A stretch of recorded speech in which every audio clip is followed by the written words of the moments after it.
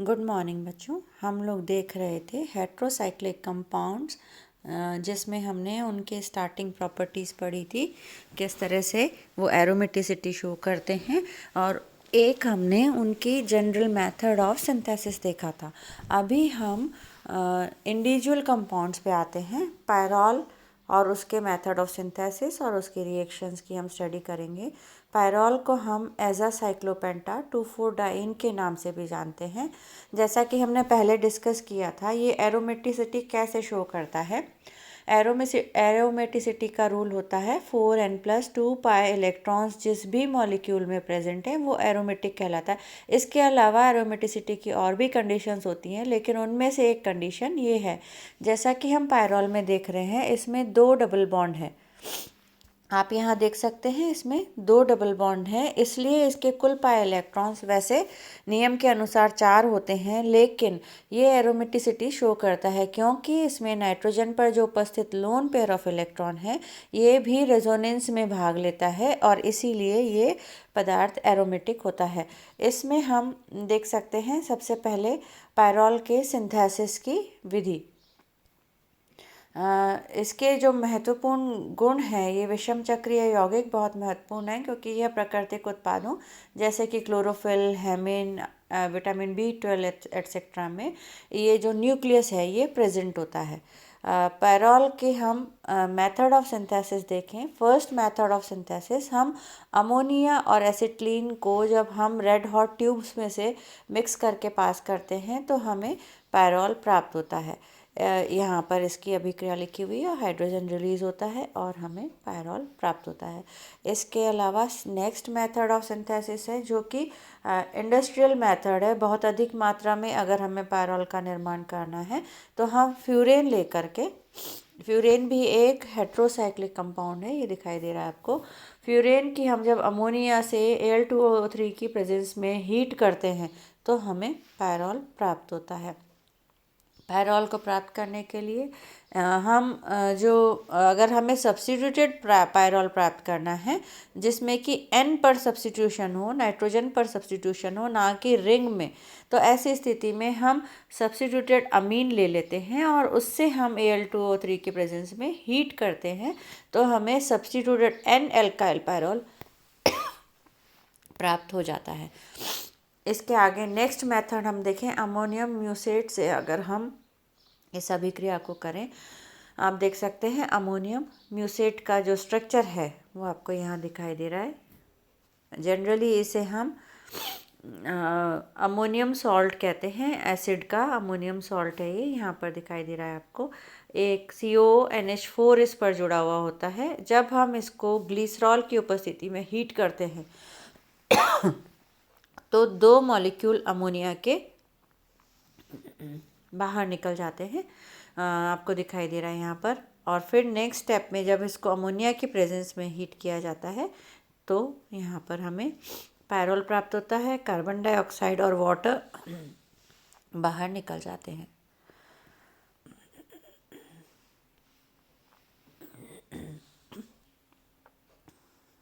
चलिए इसके आगे हम देखते हैं नेक्स्ट मेथड ऑफ सिंथेसिस।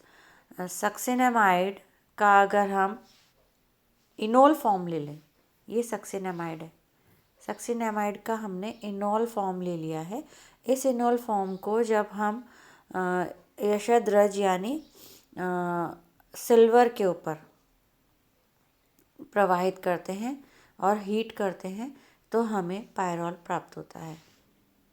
इसके नेक्स्ट मेथड ऑफ सिंथेसिस हम देखें, पॉलनॉर सिंथेसिस मेथड। इस विधि में हम कंडेंसेशन अभिक्रिया करते हैं। कार्बोनिल का हम अमोनिया या प्राइमरी अमीन के साथ में कंडेंसेशन करते हैं तो हमें पायरॉल की प्राप्ति होती है। जैसा कि आपको दिखाई दे रहा है, हमने जब किसी कीटोन को अमीन के साथ में या अमोनिया के साथ में कंडेंस किया है तो इस कीटोन पर जो अमोनिया है उसका इस तरह से प्रहार होता है और ऑक्सीजन पर नेगेटिव चार्ज आके और एसिडिक मीडियम अगर रखा जाए तो OH हमें प्राप्त हो जाता है। इसके पश्चात ये बनने वाला जो पदार्थ है ये हाइड्रोजन की प्रेजेंस में इस तरह से यहाँ एसिडिक मीडियम के प्रेजेंस में इस तरह से दूसरे इसके जो कीटोनिक ग्रुप है उस पर अटैक करता है। यहाँ पर OH हमें प्राप्त हो जाता है और इसके नेक्स्ट स्टेप में जब हम इसे हीट कर रहे हैं तो 2 वाटर मॉलिक्यूल्स इसमें से बाहर निकल करके हमें एल्काइल सब्स्टिट्यूटेड पायरॉल प्राप्त होता है। अगर हम लिया गया कीटोन जो है वो एल्काइल सब्स्टिट्यूटेड ले रहे हैं तो अगर ये कीटोन की जगह एल्डिहाइड ले लिया जाए तो ऐसी स्थिति में हमें बिना सब्स्टिट्यूशन वाला पायरॉल प्राप्त हो सकता है। नेक्स्ट हम देखें नॉर सिंथेसिस, पायरॉल का नॉर सिंथेसिस, जिसमें कि हमें प्रतिस्थापित किया हुआ पायरॉल प्राप्त होता है। अगर ये डिपेंड करता है प्रतिस्थापन है या नहीं है, ये डिपेंड करता है कि हम जो स्टार्टिंग मटेरियल है हमारा, जो हमारा अभी का कारक है वो हम कौन सा ले रहे हैं। यहाँ पर हम एसिटोएसिटिक एस्टर के साथ में जब नाइट्रस एसिड की अभिक्रिया करवाते हैं, ये नाइट्रस एसिड है और इसकी अभिक्रिया हमने एसिटोएसिटिक एस्टर से कराई है। इसमें हमें टेम्परेचर काफ़ी कम रखना पड़ता है, नहीं तो हमें ये वाला ग्रुप डिस्टर्ब होकर के और कोई और प्रोडक्ट प्राप्त हो जाता है। तो टेम्परेचर कम रखने के साथ जब हम ये अभिक्रिया करते हैं तो यहाँ पर हमें वाटर मॉलिक्यूल बाहर निकल जाता है यहाँ से और ये NO यहाँ पर जुड़ जाता है। अब इसके बाद नेक्स्ट स्टेप में हम इसको एसिटिक एसिड की उपस्थिति में और जिंक की उपस्थिति में इसकी अभिक्रिया कराते हैं तो हमें यहाँ पर इस तरह से बीटा अल्फा स्थिति पर NH2 समूह प्राप्त हो जाता है, अर्थात ये NO जो समूह है ये परिवर्तित हो जाता है NH2 में और जल मॉलिक्यूल बाहर निकल जाता है। इसी के साथ इसके 2 मॉलिक्यूल्स आपस में फिर अभिक्रिया करवाए जाते हैं, जैसा कि आपको यहाँ दिखाई दे रहा है। जो अल्फ़ा अमीनो, ये अल्फ़ा अमीनो कीटो एस्टर है। अल्फ़ा अमीनो कीटो एस्टर के जब 2 मॉलिक्यूल्स, एक मॉलिक्यूल इसका और एक मॉलिक्यूल एसिटोएसिटिक एस्टर का लिया जाता है तो एसिटिक एसिड की उपस्थिति में 2 वाटर मॉलिक्यूल निकल के हमें ये प्रोडक्ट प्राप्त होता है। इस प्रोडक्ट से फर्दर ये अभिक्रिया नॉर संश्लेषण यहाँ तक होती है। इसके पश्चात हम इसका हाइड्रोलिसिस करें, ये यहाँ पर C2 है। जब हम इसका हाइड्रोलिसिस करें तो हमें इसमें HOH ये प्राप्त होता है, अर्थात ये एसिड ग्रुप में बदल जाएगा और फर्दर जब इसको हीट करा जाएगा तो यहाँ से CO2 बाहर निकल के हमें डाई अल्काइल, ये अल्काइल सब्स्टिट्यूटेड हमारा प्रोडक्ट बन जाता है। यहाँ पर डाई अल्काइल सब्स्टिट्यूटेड हमें पायरॉल प्राप्त हो जाता है। चलिए नेक्स्ट अभिक्रिया इसके सिंथेसिस की हम देखते हैं हैंड्स सिंथेसिस। हैंड्स सिंथेसिस में मोनोक्लोरोएसीटोन का इनोल फॉर्म ले लिया जाता है। मोनोक्लोरोएसीटोन आपको यहाँ दिखाई दे रहा है, इसका हम इनोल फॉर्म ले लेते हैं। उसकी जब हम अमोनिया से अभिक्रिया कराते हैं और साथ में एसिटोएसिटिक एस्टर का भी इनोल फॉर्म हम लेते हैं तो फर्स्ट स्टेप में HCl और वाटर मॉलिक्यूल बाहर निकल जाते हैं और साइक्लिक जैसा कि दिखाई दे रहा है आपको, यहाँ से वाटर मॉलिक्यूल और HCl यहाँ से बाहर निकला है और यहाँ पर आप देख सकते हैं क्या बन जा रहा है, 3 कार्बोक्सी 2,5 डाईमेथिल पायरॉल हमें प्राप्त हो रहा है, जिसका हमने नेक्स्ट स्टेप में जल अपघटन करके और उसे गर्म किया है।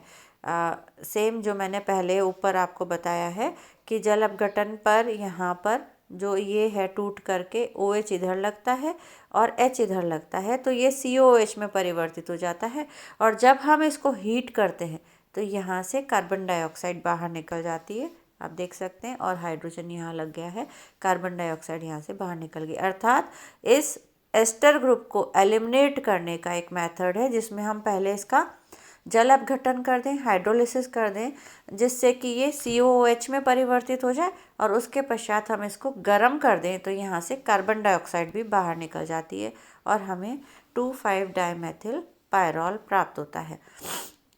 पायरॉल के ये हमने देखे, यहाँ से हम देख रहे थे मेथड ऑफ सिंथेसिस। पायरॉल का हम किन किन विधियों द्वारा बना सकते हैं।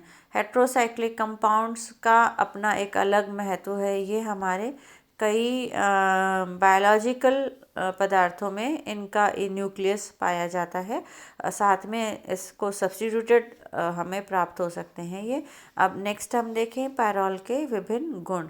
पायरॉल में पाई बंद और अबंधी इलेक्ट्रॉन होने की वजह से ये हमें यूवी विजिबल क्षेत्र में इस तरह से यहाँ हमें एब्जॉर्प्शन बैंड देता है।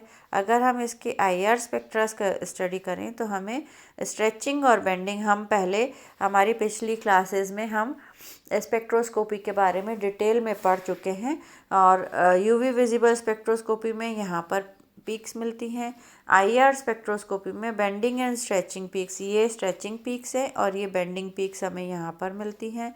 एनएमआर में इसकी हमें यहाँ पर एक जो CH प्रोटॉन है उसका सिग्नल मिलता है और जो दूसरे प्रोटॉन्स हैं उनका इस तरह से हमें ट्रिपलेट और सिंगलेट पीक्स हमें दिखाई देती हैं। इसके आगे हम अपनी नेक्स्ट क्लास में पढ़ेंगे।